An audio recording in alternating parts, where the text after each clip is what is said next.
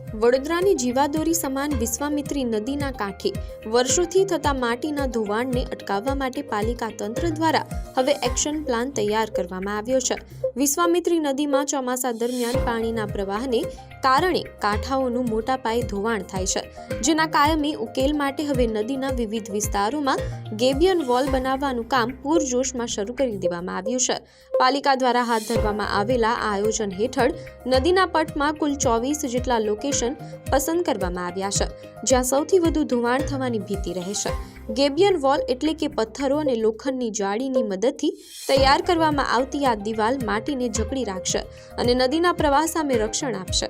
તંત્ર દ્વારા લક્ષ્યાંક રાખવામાં આવ્યું છે કે આગામી ચોમાસું બેસે તે પહેલા જ આ તમામ ગેબિયન વોલની કામગીરી પૂર્ણ કરી દેવામાં આવે, જેથી વરસાદી સિઝનમાં નદીના કાંઠા સુરક્ષિત રહે અને આસપાસના રહેણાંક વિસ્તારોમાં માટી ધસી પડવાની ઘટનાઓ નિવારી શકાય। હાલમાં એન્જિનિયરોની સુપરવિઝન હેઠળ અલગ અલગ સાઇટ પર યુદ્ધના ધોરણે કામગીરી ચાલી રહી છે।